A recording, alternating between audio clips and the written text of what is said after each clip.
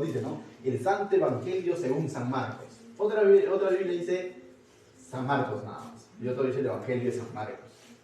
Nosotros lo vamos a llamar Marcos, ¿correcto? O el Evangelio de Marcos. Bien, entonces hoy vamos a comenzar a estudiar este Evangelio. Ahora, es interesante porque este Evangelio es dentro de los cuatro, es el más corto. Por así decirlo. Ah, pastor, ya sé por qué he escogido entonces. No.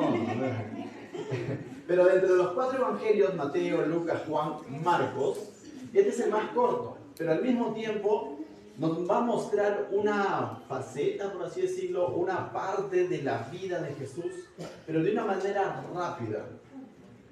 Nos va a presentar básicamente el ministerio de Jesús en acción.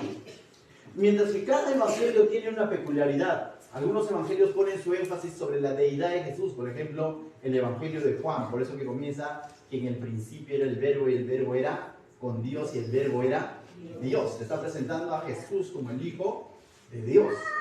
El evangelio de Mateo te presenta a Jesucristo como el Rey, como el Mesías prometido para el pueblo judío. Y por eso que Mateo usa mucho conocimiento y muchos pasajes del Antiguo Testamento y te hace una genealogía que te lleva hasta David, porque David era el primer rey de Israel, técnicamente hablando. Saúl es otra historia, pero te lleva porque te quiere mostrar que Jesús es el rey. Y el Evangelio de Mateo fue escrito de alguna manera pensando en los judíos convertidos a Cristo.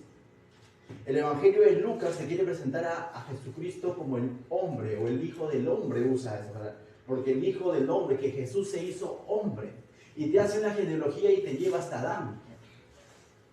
Porque lo que quiere mostrar es que Jesús ha venido a restaurar lo que Adán lo había malogrado. Y que Jesús se hizo hombre. Y ahí vamos a encontrar muchos pasajes que ponen su énfasis sobre Jesucristo, Dios hecho hombre, Dios con nosotros, Jesucristo hecho hombre. Pero Marcos no quiere enfatizar tanto la idea de Jesús, tampoco Jesús es rey para los judíos, tampoco el Jesús hecho hombre. Lo que Marcos quiere enfatizar en Jesús es el Mesías hecho siervo. Yo este estudio lo estoy denominando el Mesías siervo en acción, porque básicamente nos va a mostrar el ministerio de siervo que tuvo Jesús, más que sus discursos, nos va a mostrar sus hechos, sus milagros. Y va a ser rápido, no se va a detener ni siquiera en el nacimiento, es más, le va a mencionar su nacimiento. No vas a encontrar tú en el Evangelio de Marcos el nacimiento de Jesús, la niñez de Jesús, no vas a encontrar, ni vas a encontrar genealogía, porque un siervo no tiene genealogía, ¿no? Porque un siervo, un esclavo, no tiene genealogía, como dicen algunos, ¿correcto? Entonces, ese va a ser el énfasis de Marcos, ¿ya? Entonces aquí vamos a ver a Cristo en acción. Vamos a ver algunos discursos de Jesús, pero más vamos a ver sus obras, sus milagros, sus sanidades. Y en cada una de esas acciones el Señor nos va a hablar. Ahora, la autoría de este libro, estoy haciendo una pequeña introducción para entrar ya al verso a verso. La autoría, tú dices, ¿pero quién es Marcos, no? Ahora, ciertamente el libro o el Evangelio no dice el Evangelio de Marcos, eso se le ha añadido. Si tú lees el verso 1, no dice el Evangelio de Marcos. Pero desde sus principios, es más, se cree que es el primer Evangelio escrito, antes que Mateo, Juan y Lucas. Esto fue escrito aproximadamente en el año 50 después de Cristo. Es decir, Cristo murió en el año 33, 17 años después se escribe Marcos. Se lo escribió a un público romano, cristianos en Roma. Y Marcos lo escribe esto. Y desde aquel entonces es considerado en la autoría Marcos, y los discípulos no se hicieron problemas por decir que Marcos no es. Y si los discípulos no se hicieron ese problema, ¿por qué nosotros haríamos problemas? Si los discípulos o los apóstoles ya después de Jesús resucitado consideraron este evangelio, los canos consideraron este evangelio como la autoría de Marcos y pasó como parte del Nuevo Testamento. Entonces no hubo discusión en cuanto a este evangelio, ya que contrastando con los otros evangelios no hay ninguna contradicción, sino muy por lo contrario, aclara muchas cosas también de los otros evangelios. Explica, diría yo, porque al ser escrito para los romanos, Marcos explica bastante que solo los judíos podrían entenderlo, porque Mateo escribió para los judíos. Marcos lo explica y dice qué significa tal cosa. Entonces lo explica para un mundo gentil o para un público gentil. Entonces Marcos es el autor. Ahora tú dices, ¿quién Marcos? ¿No? El amigo Marcos del colegio, ¿quién será? Marcos la Biblia en el libro de Hechos nos menciona a Marcos. ¿Ya? Marcos era... Pedro hace referencias en cuanto a Marcos como su hijo espiritual. Y Pedro tenía mucho cariño por Marcos, y eso tú lo puedes encontrar en 1 de Pedro capítulo 5, verso 13, donde habla sobre Marcos y cómo es que él tenía una estima por Marcos. Luego lo lees en casa. El libro de Hechos también hace una referencia en cuanto a Marcos. Dice que Pablo y Bernabé comenzaron su primer viaje misionero y llevaron a un joven llamado Juan Marcos, o Marcos. ¿Y saben qué sucedió con Marcos? En pleno viaje a la 41, llegando nada más al Panel Unión, desertó. Dijo, no, esto no va conmigo. Entonces, a la siguiente, Bernabé dice, Marcos, alístate que vamos al segundo viaje misionero. Y Pablo le dice, no. Marquitos no me va. ¿Por qué? Porque había desertado. Y fue causante de una gran discusión entre Pablo y Bernabé. Pablo dijo, no me va, porque ya la vez pasada he desertado. Y Bernabé dijo, sí va. Bernabé era, por algo tenía su apodo, ¿no? Hijo de consolación, el que acompaña, ¿no? Esto causó de que Pablo continúe con el viaje misionero y que Bernabé se quede con Marcos y se fueron a otro lugar. Hay mucha discusión en quién tenía la razón, Pablo o Bernabé. Yo creo que cada uno de ellos Dios lo usó según el carácter que tenía. Pablo era un carácter más enérgico, más de apóstol, más de hacer las cosas hacia los gentiles, de continuar con lo que Dios le había encomendado, mientras que Bernabé veía más a la persona, por así decirlo, y ministró a Marcos. ¿Sabes por qué te digo? Porque no es que Marcos fue tachado. Años más adelante, cuando Pablo escribe, ya en sus últimos días, en su segunda carta a Timoteo, cuando Pablo está ya cerca de la muerte, está en la cárcel, escribe a Timoteo y le dice, estoy solo Lucas me está acompañando, me hace unas cuantas visitas de vez en cuando. Tráeme al joven Juan Marcos, que me va a ser de mucha utilidad. Entonces vemos cómo es que para aquel entonces en el que Pablo ya está terminando su ministerio, este joven Juan Marcos había madurado. Entonces el trabajo de Bernabé había traído fruto. Y Pedro también en sus cartas lo menciona ya con mucho aprecio. Y ahora, Marco se cree que vivió un buen tiempo, la tradición lo dice, la tradición eclesiástica, que vivió un tiempo como ayudante o siervo, acompañante de Pedro. Y es por eso que algunos quisieron incluso decir, este no es el evangelio de Marcos, aunque Marcos lo escribió, yo creo que este es el evangelio de Pedro. Porque te va a dar tanta información tan precisa como los otros evangelios, como el doctor Lucas, o como el mismo Mateo, o como el mismo apóstol o discípulo Juan, el discípulo amado. Entonces dice tanta precisión, Pedro se lo ha contado. Y ciertamente podemos concluir que la fuente de información para el joven Juan Marcos, aunque se cree que él también pudo haber visualizado las obras de Jesús, pero quien se lo corroboró y se lo dio de primera mano fue Pedro. Por eso que algunos dicen, este es el evangelio de Pedro. Bueno, pero si los padres de la iglesia reconocieron como el evangelio de Marcos porque él fue el que escribió, entonces así lo vamos a dejar. Pero también eso es parte de la historia, ¿correcto? Entonces, de comienzo nada más ya vemos una buena aplicación en esto. Marcos, quizás si nosotros nos quedamos con ese Marcos de Hechos capítulo 15, ese Marcos, ¿no? Dice voy y después no va. Es un falso, ¿no? Es un de doble ánimo, ¿no? Y quizás nosotros podemos condenarlo o tacharlo a la ligera. O quizás tú puedes autotacharte si en algún momento le fallas al Señor. O te pueden tachar por haber cometido ciertos errores en tu cristianismo o en tu servicio a Dios. ¿Sabes qué? Si tú sigues confiando en el Señor, en algún momento el Señor te va a seguir usando. Y cierto, Dios usó al joven Juan Marcos, ese doble ánimo que vemos en el libro de Hechos, para escribir uno de sus evangelios, para que narre la vida de Jesús. Entonces, primera aplicación desde el autor, nada más ya vemos de que ciertamente Dios es un Dios de segundas oportunidades. Y si hoy día estás aquí, es porque Dios es un Dios de segunda oportunidad. Levante la mano el que nunca le falló a Dios. Sobre el pastor. Bueno, ya acabo de fallarle, ¿te das cuenta? ¿Te das cuenta? Todos en algún momento nos fallamos, pero Dios es un Dios de segundas oportunidades. Entonces, ahora sí vamos al verso a verso. Vamos a ver del verso 1 al verso 15 el día de hoy, a 15 versículos. Vamos a ir al estilo que tenemos verso a verso de manera expositiva. Y si tendríamos que ponerle un título, quizás tu Biblia trae muchos títulos. Tú vas a ver ahí predicación de Juan el Bautista, el bautismo de Jesús, la tentación de Jesús, Jesús principia su ministerio. Cierto, esos títulos han sido añadidos para de alguna manera ir ubicándonos en la lectura. Pero no necesariamente esos títulos deben de ir o ser así. En mi estudio yo he decidido ponerle otro título. El título que le he puesto es Jesucristo, el Hijo de Dios, se ha acercado. Y eso es lo que le he puesto y eso es lo que vamos a ver.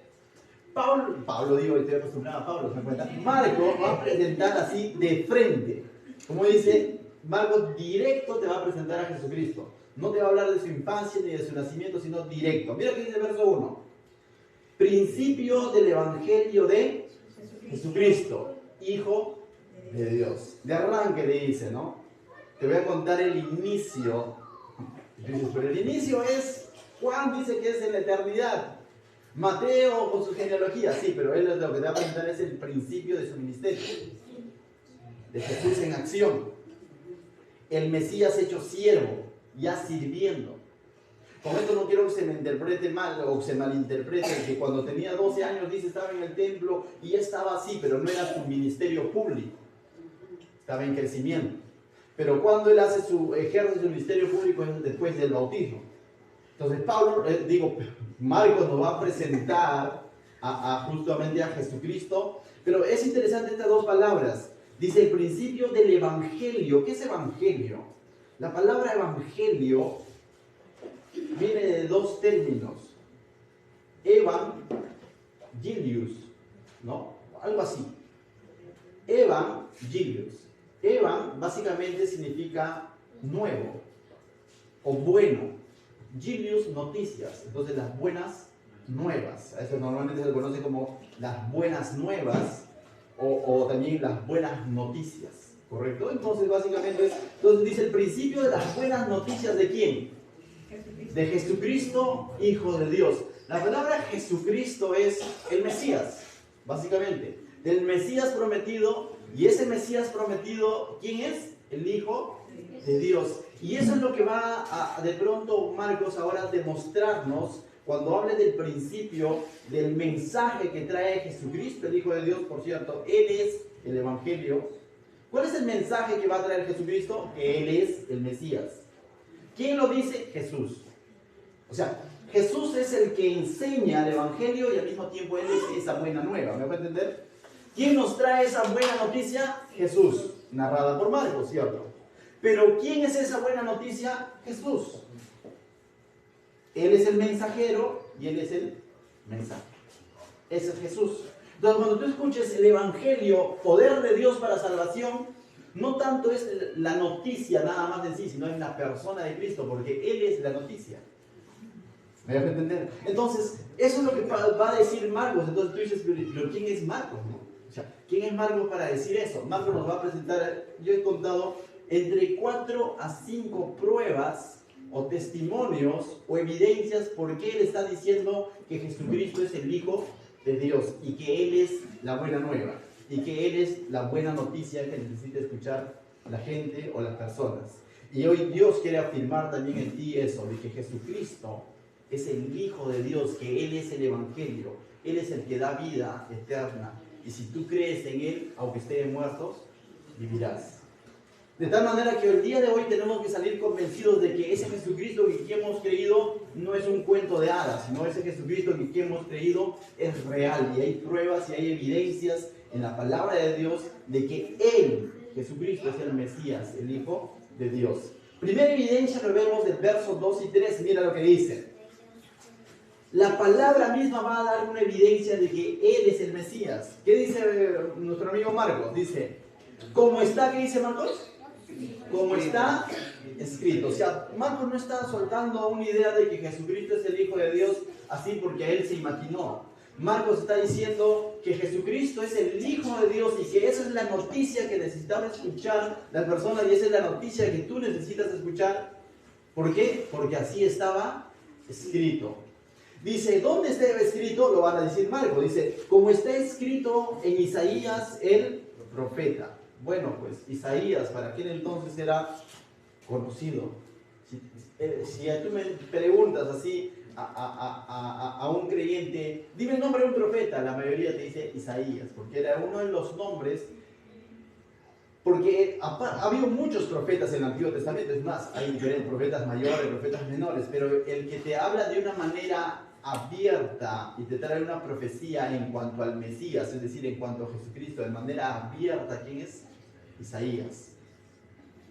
Isaías 43, por ejemplo, pareciera que fuese un evangelio, ¿no? Cuando habla cómo es que Jesucristo iba a ir como cordero al matadero, por ejemplo, ¿no?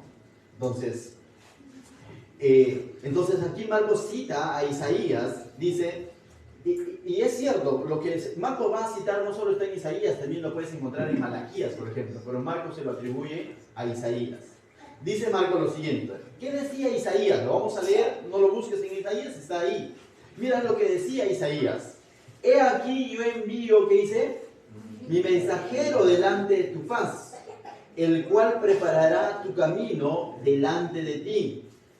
Voz del que clama en el desierto, preparad el camino del Señor, enderezad sus sendas. Cierto, en esta porción no está hablando aún del Mesías, está hablando del mensajero que va a ir delante del Mesías, del mensajero que va a ir delante de Jesús cuando Jesús iba a venir.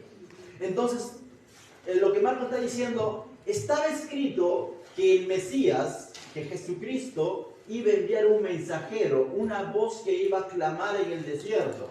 Entonces ya sé quién es, te puedes decir. ¿Quién es? Juan el Bautista, por los versículos que siguen.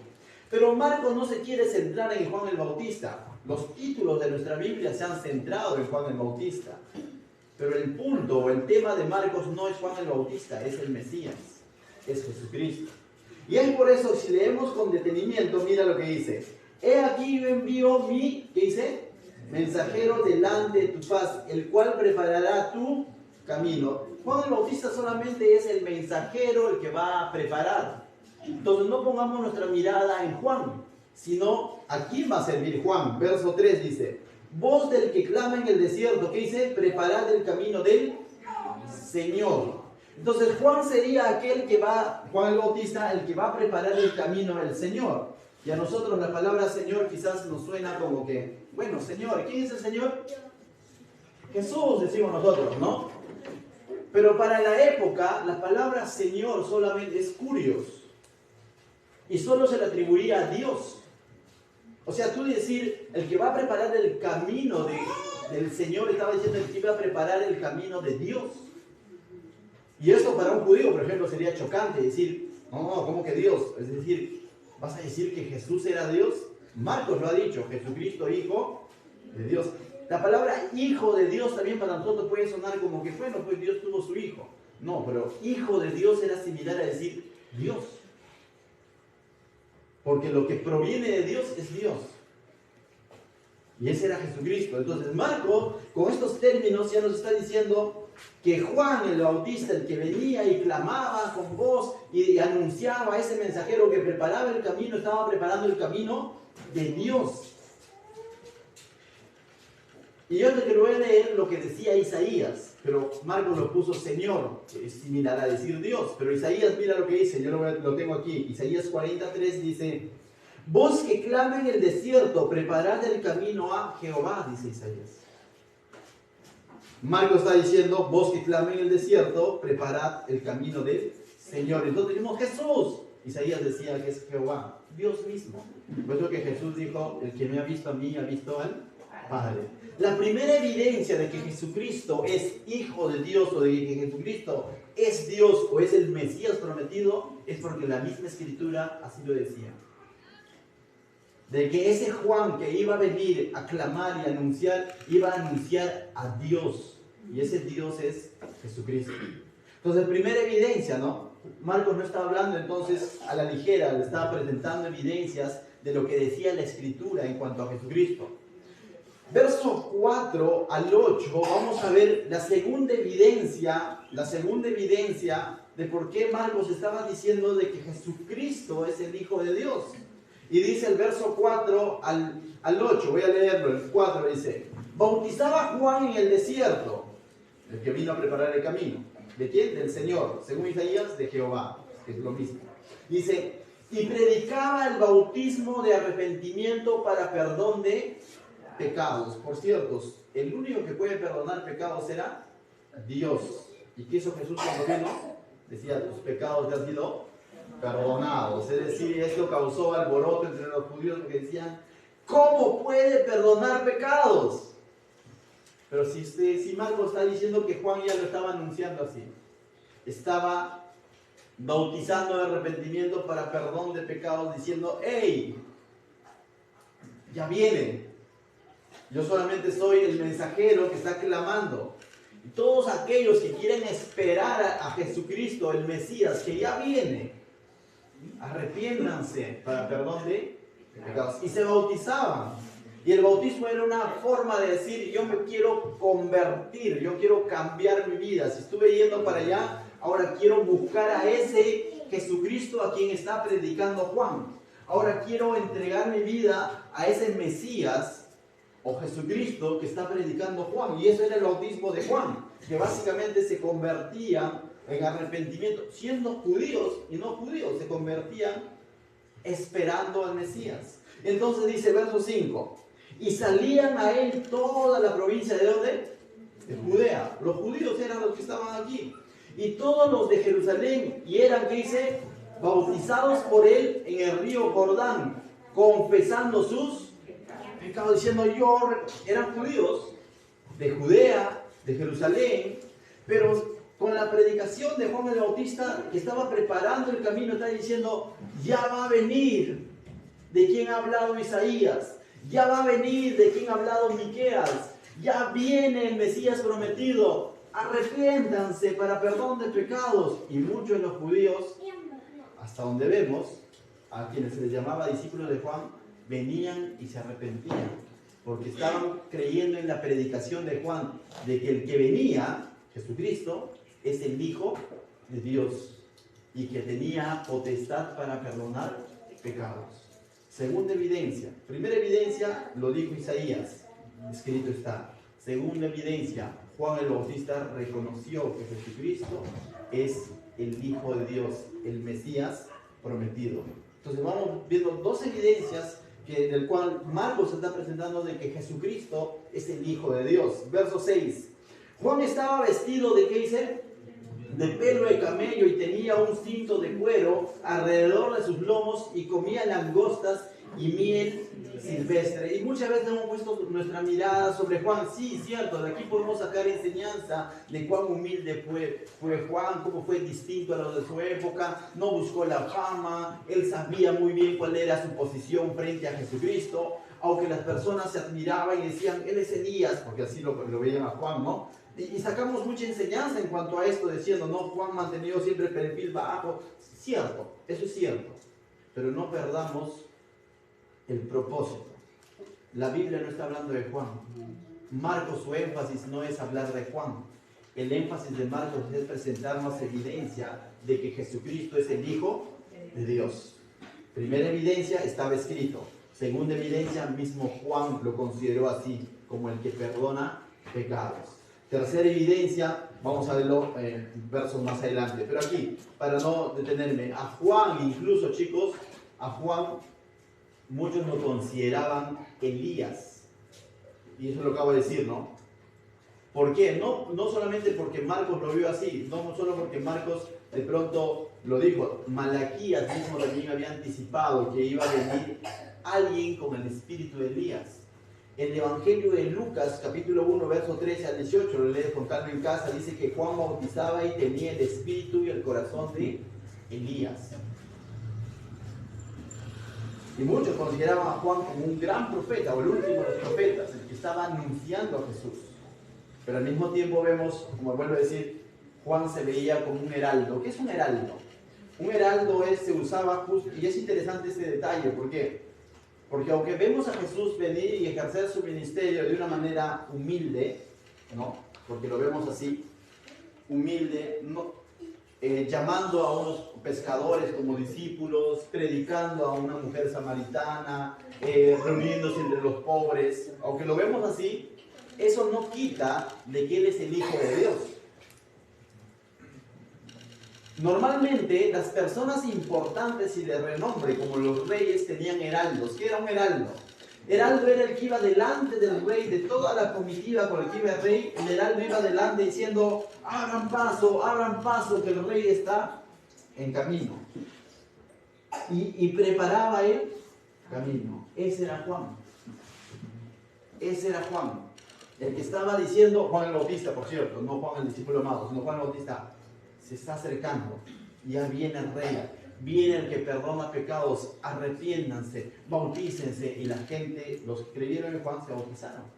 Y muchos de ellos al final, como discípulos de Juan, más adelante en el libro de Hechos encontramos a un hombre llamado Apolos, que el Señor lo consideró dentro de sus siervos, quizás no instruidos directamente por él, pero sí instruidos por Juan, porque es el mismo Jesucristo al quien predicaba Juan. Muy bien. Verso 7 dice: y predicaba diciendo, mira, viene tras mí el que es más, ¿qué dice? Poderoso que yo. Juan veía a Jesucristo, que estaba en camino, como más poderoso que él. Pudo haberse quedado con la fama de Elías, ¿no? Pero Juan dice: o sea, no pongan su mirada en mí, sino viene detrás de mí el que es más poderoso, a quien no soy digno de desatar encorvado la correa de sus calzados. Ese acto de desatar las correas de los zapatos encorvado era como que uno de los actos más humillantes de aquella época. Era el esclavo de menor nivel el que hacía eso con su amo. Y Juan está diciendo: ni siquiera de eso yo soy digno. Porque Juan sabía quién era Jesús y a quién estaba anunciando. Luego dice el verso 8: yo a la verdad os he bautizado con agua, pero Él bautizará con el Espíritu Santo. Juan dice: ciertamente yo los sumerjo a ustedes en agua, pero Él les va a sumergir ¿en dónde? En el Espíritu.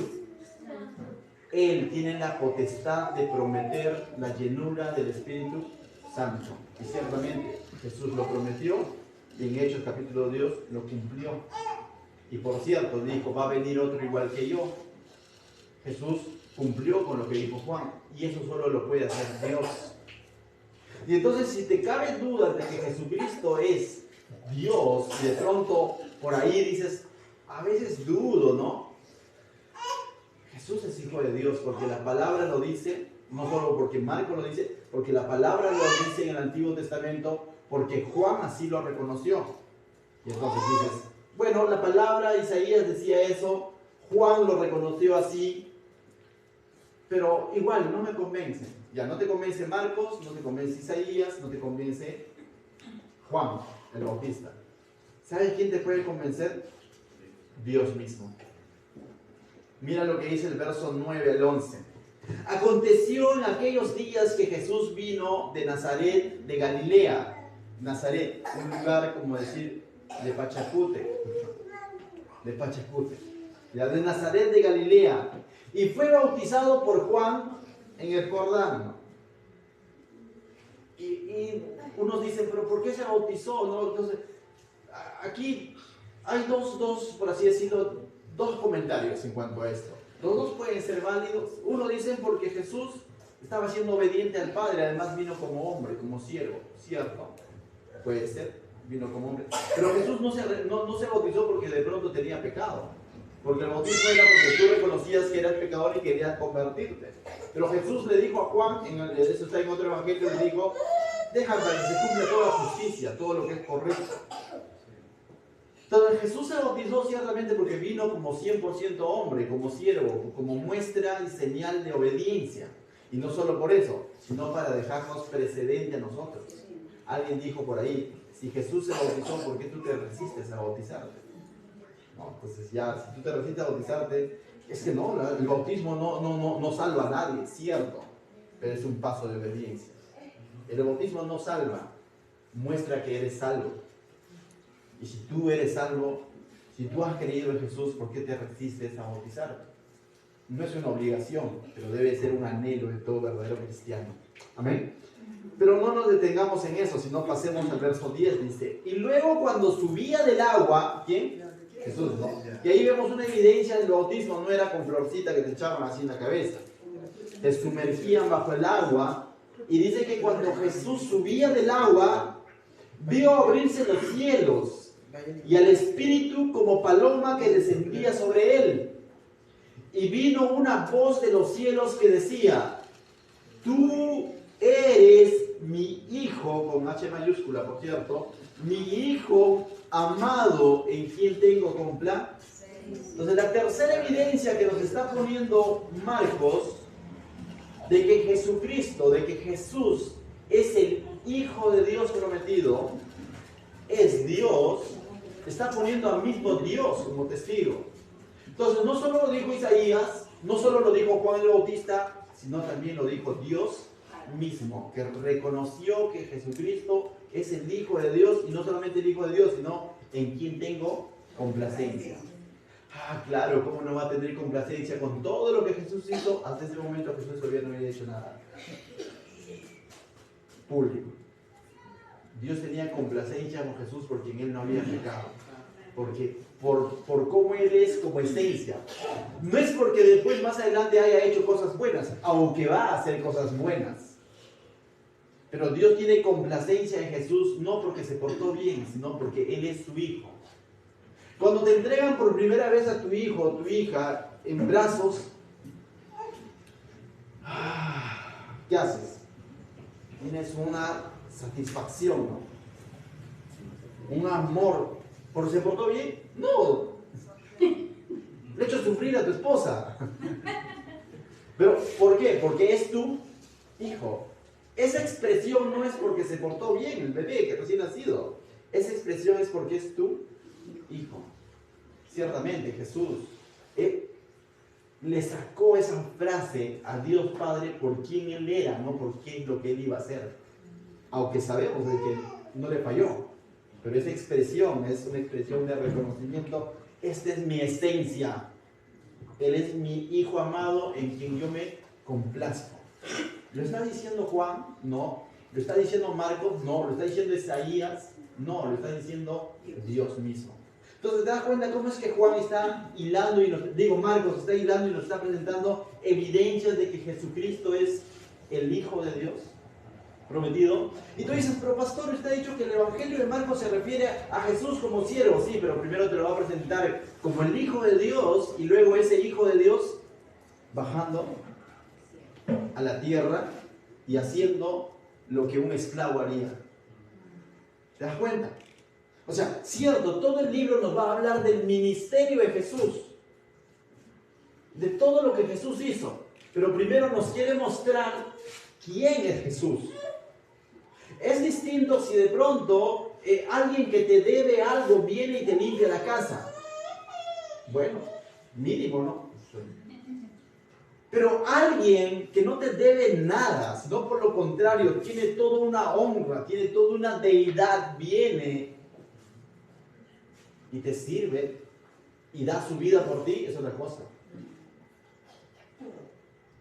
¿Me dejo entender?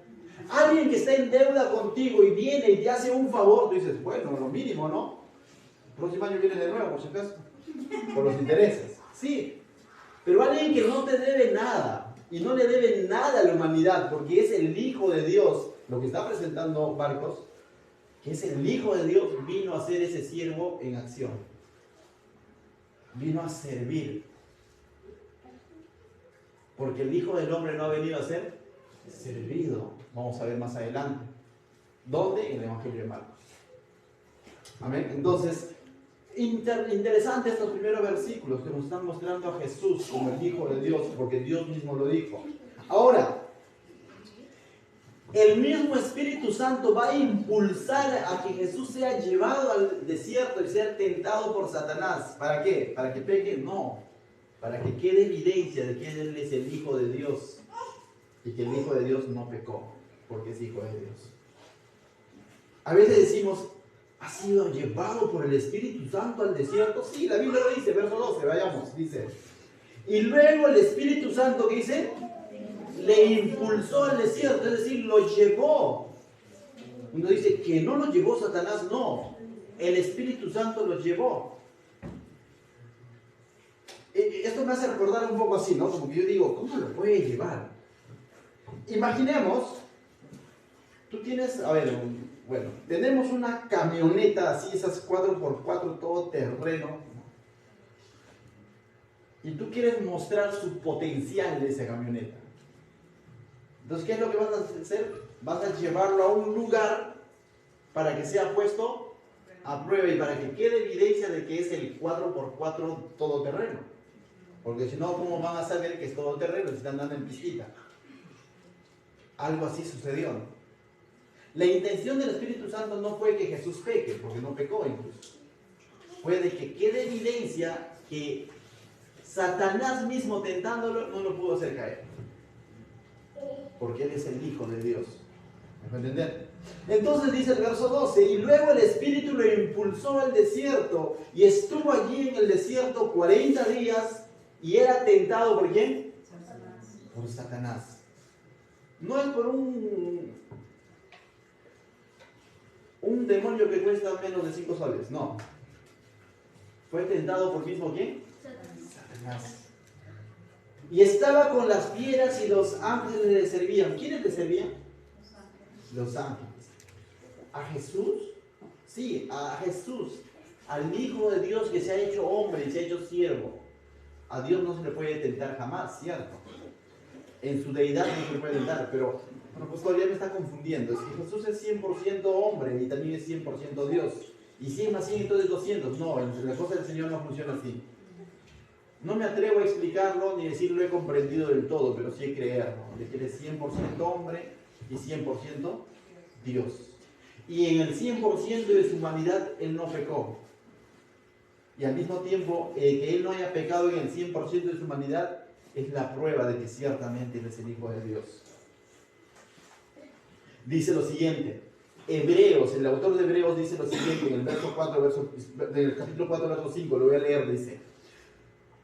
Hebreos nos recuerda lo siguiente, que no tenemos un sumo sacerdote que no pueda compadecerse de nuestras debilidades, sino uno que fue tentado en todo según nuestra semejanza, pero sin pecado. Que Jesús no es que de pronto a Jesús también le ofrecieron cigarro, le ofrecieron videojuegos, no. De que fue tentado en cosas mayores a esas y Él no pecó. Quizás tú puedes recordar, porque Lucas sí detalla la tentación, Marcos no. Lucas detalla, ¿no? Donde Satanás dice, súbete al pináculo del templo y tírate y sus ángeles te sostendrán. Dile a esta piedra que se convierta en pan y tu padre te lo dará. ¿Qué más le dijo? ¿Cómo? Si tú me adorares, yo te daré todos los reinos de la tierra. ¿Y cómo vemos a Jesús? Defendiéndose con el escrito está. No diciéndole, oye, yo soy Dios. Pudo haber hecho eso, ¿no? Yo soy Dios. Pero el libro de Hebreos dice que se hizo semejante a nosotros, pero sin pecado. Evidencia de que Jesús no pecó. Ese Hijo de Dios de quien el Padre tuvo complacencia, ese Hijo de Dios de quien Isaías habló, ese Hijo de Dios a quien Juan el Bautista lo tuvo en alto y lo consideró que perdona pecados, vino y se hizo 100% hombre, semejante a ti y a mí, y no pecó. Y se compadece, dice, de tus debilidades. Ese es el Hijo. Una evidencia más de que Él es el Mesías prometido y que no cometió pecado. Ahora, versos 12 y 13, ese Mesías prometido inicia su ministerio. Comienza a servir. Una vez que fue bautizado y fue tentado, pasó la prueba todoterreno, Satanás no lo pudo hacer pecar, comienza su ministerio. Y mira lo que dice cuando él comienza su ministerio, verso 14 al 15. Dice, después de que Juan fue encarcelado, otra historia, ¿no? Juan es encarcelado, pero Juan el Bautista, pero nuestra mirada no tiene que estar puesta en Juan, sino en Jesús el Mesías. Jesús vino a Galilea predicando el evangelio del reino. Mira, vino predicando ¿qué? Las buenas nuevas de qué? Del reino, porque evangelio ¿qué es? Buenas nuevas, ¿no? La buena noticia. Dice, diciendo, el tiempo se ha cumplido y el reino de Dios se ha acercado. ¿Quién se había acercado? Él.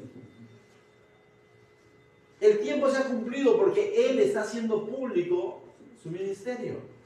De quien había hablado Isaías, de quien había hablado Juan, había anticipado Juan, quien había sido probado por el mismo Dios o aprobado por Dios mismo en el bautismo, ahora Él está abriendo su ministerio público diciendo, hey, escuchen. Está diciendo, hey, escuchen. Vino predicando el evangelio, la buena noticia del reino, diciendo, el tiempo se ha cumplido. Y esta palabra tiempo no tanto es cronológico, sino que no está diciendo, llegó 2033, no está diciendo, o el año 30, no está diciendo eso. El tiempo se ha cumplido, es decir, hoy es la oportunidad. Llegó la hora en que yo haga mi aparición, y eso es lo que estaba sucediendo. Dice, el reino de Dios se ha acercado. ¿Y qué es lo que dice ahora? Arrepentíos y creed en el evangelio. Solo cuando el ser humano es consciente quién es Jesús, eso va a traer un arrepentimiento. Tú dices, ¿qué quiere decir eso? Escúchame bien. Solo cuando el ser humano es consciente y tiene un encuentro real con Jesús, va a producir un arrepentimiento. Porque cuando no hemos tenido un encuentro real con Jesús, lo que solemos hacer es compararnos con el del costado. Y no nos vemos tan mal. Y decimos, ese necesita cambiar, yo no. Pero cuando tenemos un encuentro con Jesús, un encuentro personal, un encuentro cercano, nos damos cuenta de nuestra situación espiritual. Y eso debe conllevar un arrepentimiento. Isaías, cuando tuvo un encuentro en la presencia de Dios, o experimentó la presencia de Dios, ¿sabes qué pasó en Isaías? Se vio como lo más vil. Se vio como el peor de los pecadores. Pablo, cuando tuvo un encuentro con Jesús, cayó en tierra y dijo, Señor, ¿qué quieres que yo haga? Muchas personas vieron a Jesús en vivo y en directo, pero muchos de ellos solo lo vieron, y a pesar de que Jesús estuvo cerca, no se arrepintieron ni le entregaron su vida. Hoy en día muchas personas escuchan de Jesús, escuchan y hasta ahí llega, pero no tienen un encuentro real con Jesús. Porque todo aquel que ha tenido un encuentro real con Jesús, su vida cambia, porque conlleva un arrepentimiento. Intelectualmente han escuchado de Jesús, audiblemente han escuchado de Jesús, pero solo el tener un encuentro personal con Jesús puede transformar tu vida. Porque te hace ver de que no eres el que de pronto merece un favor de parte de Dios, sino te hace ver como alguien que ofendió a Dios y que necesita arrepentirse de su pecado. Y eso es lo que pasó con Jesús, y eso es lo que Jesús está diciendo. Mira, vino, dice, y diciendo, el tiempo se ha cumplido y el reino de Dios se ha acercado. Entonces diría, ¿no? El reino de Dios se ha acercado. Alégrense porque les voy a cumplir sus favores. ¿Dijo eso? No. Alégrense porque les voy a hacer milagros. El reino de Dios se ha acercado. Alégrense porque les voy a sacar de la pobreza. ¿Dice eso? Alégrense, el reino de Dios se ha acercado porque ahora los voy a sanar. ¿Dice eso? No. Hey, Jesús se había acercado y dice, arrepiéntanse. Si Jesús realmente ha tocado tu vida, lo primero que tiene que hacer una persona es arrepentirse y reconocer de que el Hijo de Dios vino a morir en una cruz por tu pecado. Eso debe conllevar un arrepentimiento. Y ahora, cuando hablamos de arrepentimiento, debemos entender de que no es un sentimiento. Pensamos que arrepentimiento es, me siento mal, pero sigo pecando. Hemos hablado bastante de esto. Arrepentimiento no es eso. Arrepentimiento, bíblicamente hablando, es cambio de vida, cambio de dirección. Si antes caminaba de espaldas a Dios, ahora camino en dirección a Dios porque he visto su luz, porque he visto a Jesús, porque lo he escuchado. Arrepentimiento no es sentirse mal y seguir pecando. Eso es remordimiento. Eso, muchas personas tienen remordimiento cuando obran mal. Les pesa el corazón, pero lo siguen haciendo. Pero Jesús dice, arrepentíos. ¿Y qué más dice Jesús? y creed en el Evangelio. ¿Te das cuenta que según Marcos, según el relato de Marcos, las primeras palabras de Jesús ejerciendo su ministerio, el Hijo de Dios habiéndose hecho hombre siervo, sus primeras palabras es: arrepiéntanse, que me he acercado, ya estoy aquí, hoy en la oportunidad de tener un encuentro personal conmigo, de tener una relación conmigo, dice el Señor, pero arrepiéntete y cree y confía. No es, ya estoy aquí, chicos, prosperidad para todos, no es eso, sino dice: arrepiéntete y creed en el Evangelio. Y tú dices: total, ¿en quién creo? En Jesús, en el Evangelio. Es lo mismo, Él es la noticia, Él es la buena nueva, en Él hay salvación. Y creed en Jesucristo, podríamos decir. Y creed en que Él es el Mesías prometido, que Él es el Hijo de Dios que se ha hecho hombre siervo, que ahora está Él mismo anunciando la buena nueva.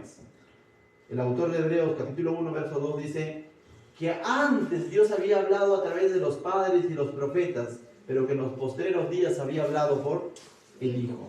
El mismo Jesús tuvo que venir y decir: cree en mí.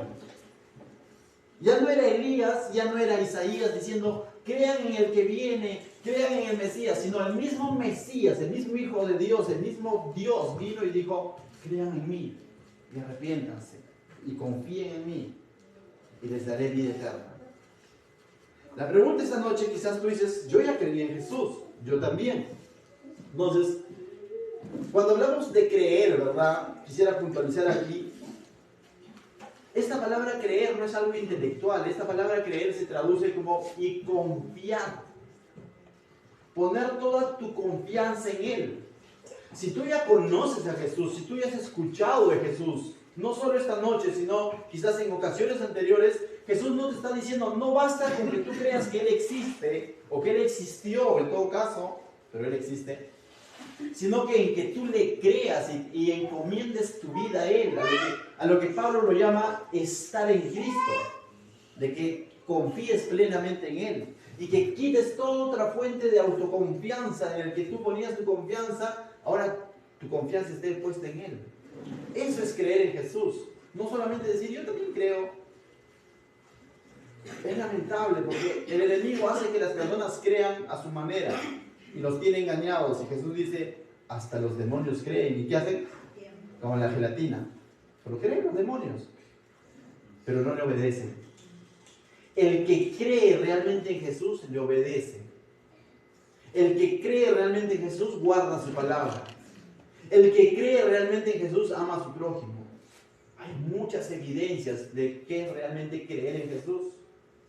Entonces, ya para terminar esta noche, haciendo una especie de resumen o aplicación práctica para nuestra vida, yo quisiera hacerte unas cuantas preguntas. ¿Realmente crees y confías que Jesús es el Hijo de Dios? ¿O lo has visto como un buen hombre, o como un milagrero, o como aquel a quien acudo cada vez que estoy en problemas? Si hasta ahí ha llegado nuestro entendimiento, déjame decirte que estabas equivocado. Jesús es el Hijo de Dios, que no tenía por qué venir a la tierra y no tenía por qué ir a la cruz, ni mucho menos morir por tu pecado, pero lo hizo, siendo totalmente Dios. Entonces, ¿lo crees de esa manera? ¿Que realmente es así? Si tu respuesta es sí, es decir, ya estás en Cristo. Si tu respuesta es en sí, sí es así. Y si no fuese así, hoy es un buen tiempo porque digas: Señor, yo quiero creer en ti de todo corazón. Y ya dejarme de mentiras, porque por un día creo y otro día estoy creyendo en cualquier otra cosa. Señor, yo no quiero seguir jugando con mi fe. Quiero entregarte mi vida. Y confía. Dice: el que viene a mí yo no lo echo fuera, dice el Señor. Si viene una persona con un corazón contrito y humillado, Dios no lo echa fuera. Pero tiene que ser un corazón sincero. Pero si viene alguien y le dice: yo también creo, dice que Jesús no se fiaba de ellos, porque su creer era solamente así, intelectual, por conveniencia en algunos. Como está multiplicando panes, está multiplicando peces, vayamos. Sí, yo también creo, amén, decían.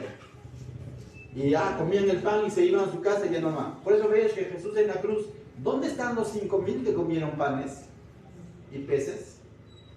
¿Dónde están las familias de los tantos enfermos que sanó? ¿De los paralíticos que sanó? No están. Hay una gran multitud diciendo crucifíquenlo. Muchos de los que habían comido rico pan con pescado. Entonces, mis hermanos, esta noche yo te podría decir Dios te ama y ahí queda todo. No, Dios te ama, pero está esperando de que creas de corazón y confíes en Él. Ahora, otra pregunta. Así como Juan el Bautista, ¿vives para Cristo y para proclamar a Cristo? Yo quiero que tú razones un poco en esta pregunta. ¿Vives para Cristo? ¿Tu vida está consagrada a Cristo y está proclamando a Cristo? ¿Qué hacía Juan el Bautista? Estaba anunciando a Jesús, estaba abriendo camino. Nosotros somos de los que abren caminos a las personas, familiares, amigos de trabajo, para que las personas escuchen el Evangelio, es decir, escuchen de Cristo, o somos de los que se ponen como muro y no dejamos que esas personas escuchen a Cristo. Entonces, ¿cómo es que yo no les digo que no escuchen? Sí, pero tu comportamiento muchas veces les puede decir. Si tu comportamiento es pésimo y tú le dices, Dios te ama, te dice, ¿qué Dios ama? Porque el que te ama a ti no te ha cambiado, te podría decir. Entonces, seamos como Juan el Bautista, que vivió para Cristo, entregó su vida, incluso por amor a Cristo, y proclamó a Cristo. Hoy en día las iglesias están llenas de emocionalismo, donde las personas vamos, y me quiero incluir, y nos golpeamos el pecho y decimos, Dios te amo, te exalto. Pero un mínimo porcentaje de esas personas que estamos gritando y diciendo Dios te amo, somos capaces en el día a día de proclamar a Cristo. Por vergüenza, por dejadez, no sé. Pero lamentablemente así están las cosas. Entonces, es momento de despertar y ser como Juan el Bautista, esa voz que clamaba en el desierto. Que no tanto veía por él, sino siempre veía por su Señor. La otra pregunta que yo quisiera hacer esta noche. Jesús dijo, este es mi Hijo amado en quien tengo complacencia. Por Jesús, ¿no es cierto? ¿Qué diría de ti? Allah. ¿Qué diría de ti de pronto? Si Dios tuviera que decir algo de ti, ¿qué diría? Este bandido que se me para escapando. No. ¿Sabes? Si tú estás en Cristo, diría lo mismo que dijo de Cristo. Porque ahora te va a ver a través de la lupa de Cristo y va a decir, este es mi Hijo amado que creyó en Jesucristo. En Él me complazco. Este es mi Hijo amado que ha depositado su confianza en Cristo. Y aunque no es perfecto, pero yo lo declaro justo. La única manera de agradar y despertar una frase como esa en Dios es con fe. Porque sin fe, dice, es imposible agradar a Dios. Si tú piensas que por haber ido a la 41, haber lampeado, Dios va a decir, este es mi Hijo amado. No, esas son obras. Dios va a decir, este es mi Hijo amado por cómo tú estás confiando en Jesús. Por cómo está tu fe en Jesús. Porque sin fe es imposible agradar a Dios. Si tú crees que Dios va a decir, este sí es mi Hijo amado porque en Navidad regaló un juguete al pobre, no. Eso no. El amor de Dios no lo podemos comprar. Él nos ama porque estamos en Cristo. La única manera de despertar una frase como esa en el Señor es cuando estamos en Cristo, cuando somos una nueva criatura. La única manera. Entonces, ¿qué diría el Señor de ti? La respuesta está en cómo está tu fe, pues en el Señor, y tu confianza en el Señor. Si has creído o no has creído. Jesús fue llevado por el Espíritu a ser tentado. Había dos posibilidades: que evidencie su desobediencia y peque, o evidencie su obediencia y no peque. Cuando tú eres tentado, ¿qué evidencias? Cuando tú pasas una prueba, ¿qué es lo que evidencias? ¿Que cedes a las propuestas del enemigo, o que simplemente respondes con la palabra diciendo, no, escrito está? No, pero mira que si tú haces esto vas a salir de ese asunto, de ese problema. No. Isaías 41, Dios dice, no temas, porque mi Dios está conmigo. No, pero mira cuánto te falta en la economía, si hacemos un negocio por debajo de la mesa te va a ir mejor. No, Isaías 41:10 dice, no desmayes porque yo soy tu Dios. Citas la Escritura y te sostienes de la Escritura. Por cierto, Jesús no resistió la tentación solamente porque citó, sino porque vivió la Escritura. Puedes citarlo quizás, pero si tú no lo vives, de nada vale. Entonces, cuando eres tentado, ¿qué evidencias? ¿Obediencia o desobediencia? Es una pregunta suelta para cada uno de nosotros. Entonces, por último, ¿estás presentando el Evangelio a las personas? Lo que decíamos. El Evangelio, Cristo ya se ha acercado, ya vino a la tierra, ya murió. Todo eso lo sabes porque escrito está. La pregunta es, ¿tú estás anunciando ese mensaje como cristiano, como creyente, o simplemente te lo estás guardando? Recordemos que somos llamados a ser luz en medio de este mundo que está en tinieblas. Y si nosotros callamos, estamos callando y guardando el mensaje más importante para la humanidad, lo estamos simplemente guardando y no lo estamos anunciando. No estamos siendo ese heraldo, ese mensajero que abre camino. Somos llamados a ser ese mensajero. ¿Qué tal si oramos ahí en nuestros lugares, nos ponemos de pie para darle gracias a Dios por su palabra?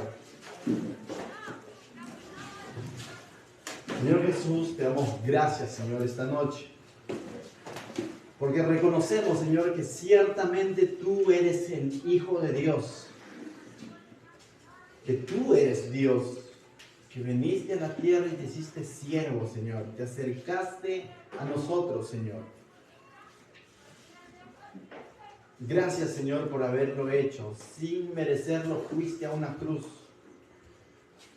Y ahora nosotros, Señor, el haber creído, Señor, en esa verdad y haber entregado nuestra vida a ti, Señor, nos hace nuevas criaturas. Pero también entendemos que tenemos responsabilidad, Señor. Responsabilidad de anunciar tu evangelio, de anunciarte a ti, Señor. Ayúdanos a no callar, Señor, a abrir la boca, a manifestar con nuestros actos, con nuestras acciones, Señor, de quién eres tú, en quién hemos creído y a quién servimos, Señor.